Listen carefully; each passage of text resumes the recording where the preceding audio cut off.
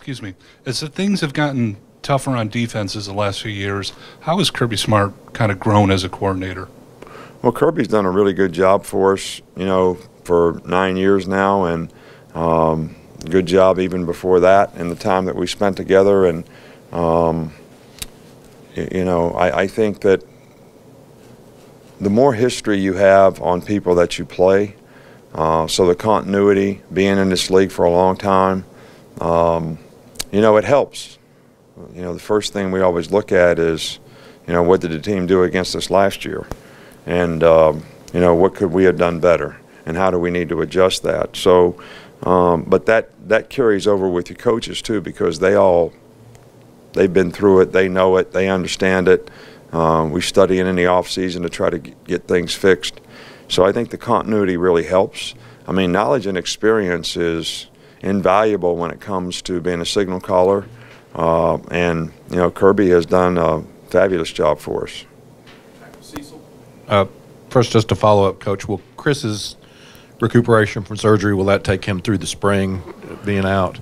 I can't say that for sure. I didn't talk to Doc after the surgery. I probably will soon, but I don't think he'll be able to return this season.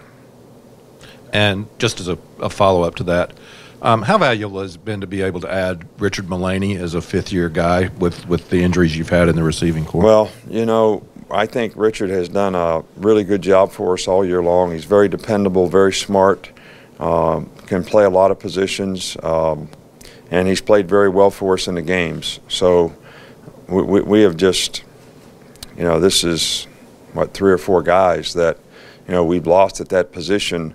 And if we didn't have him, I think he filled a tremendous void for us. And did an outstanding job of it. And with the guys that we got hurt, we wouldn't have had anybody else really to fill that void. So, hopefully we can stay healthy from here on out and not have any more issues at that position, especially. You touched on this a little bit, but when preparing for a guy like Dak, do you use multiple guys? And also, who's been sort of filling that role to give your defense a look this week? Well, they're a fastball team, so they're going to go pace of play. They're going to try to keep you from being able to substitute. They stay in the same personnel group about 95% of the time, so they're not substituting a lot. So I think, our theory of what we've tried to do all year long is, play a lot of guys, especially up front, so that, sometimes in roles, but sometimes just sub them in there to play so we don't get, tired. And we don't get the big guys tired especially. So they don't just let you substitute at will. So you got to rotate your guys the best you can. And, that's our plan going into this game. You said that they were a little bit different than they had been in the past offensively. Is that No, I didn't say they were different. I said it different than what we've played against. Okay.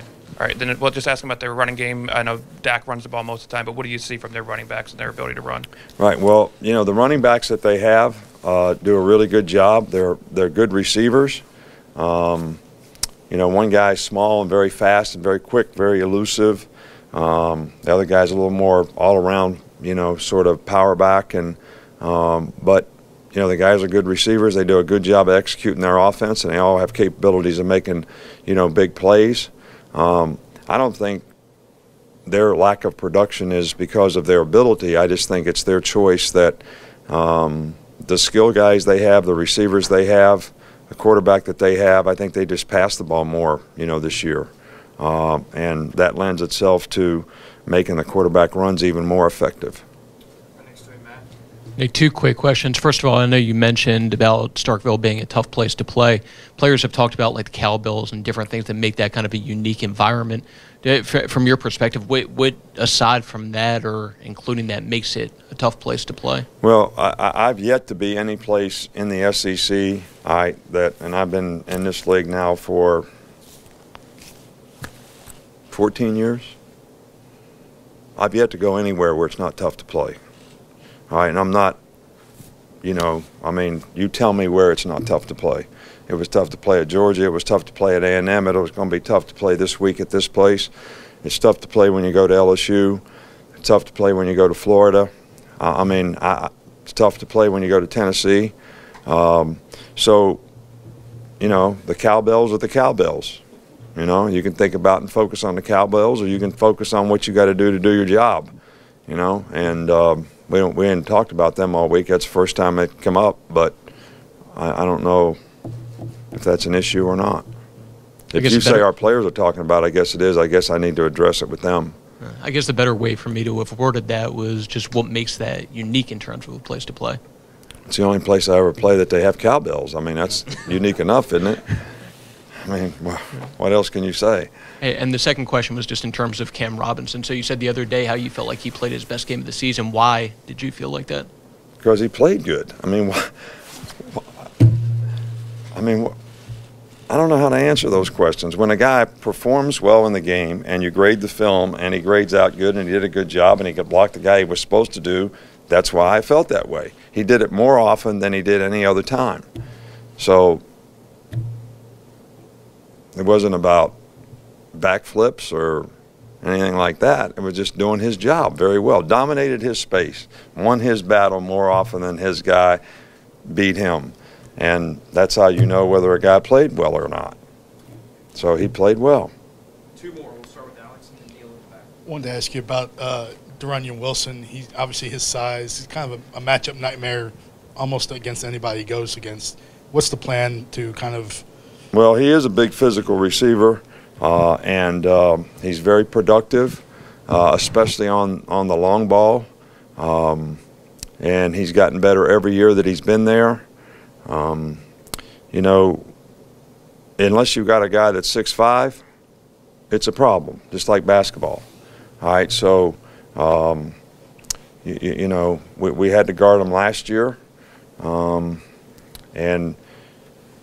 you know, he is a challenge, but I think that there's a certain way that our guys need to try to play against him, and he can be very physical if you try to jam him, and you know, he tosses people around a little bit because he is a physical guy. So, you know, that's going to be a challenge for our players as well. But his size and, you know, his ability to adjust and judge the ball, especially on the long ball, have been great assets for him all year long.